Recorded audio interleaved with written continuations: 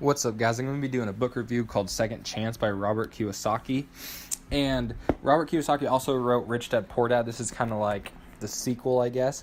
And so what Second Chance goes over, it's kind of like a Q&A. So someone will ask a question and he'll answer and give you like statistical background of it.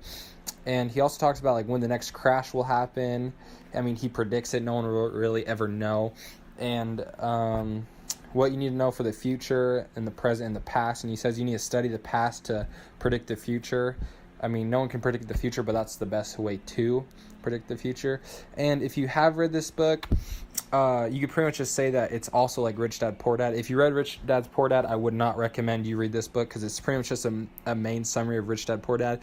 He doesn't really dive into anything new that you didn't already learn in Rich Dad Poor Dad. If you had to go between Second Chance and Rich Dad Poor Dad, I would recommend Rich Dad Poor Dad. Second Chance was just kind of like a refresh, like a summary of Rich Dad Poor Dad. So if you guys can, if you want to choose, he's a great author.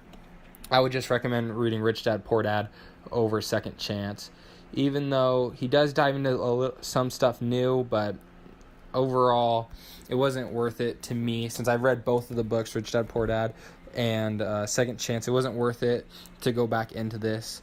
And I've also read many other books by Robert Kiyosaki, and it's just the same stuff he's telling you over and over again, just in a different book.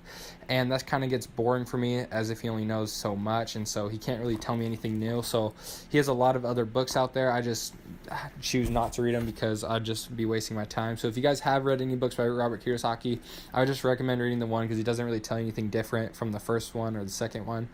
And so yeah, that's my book review on Second Chance.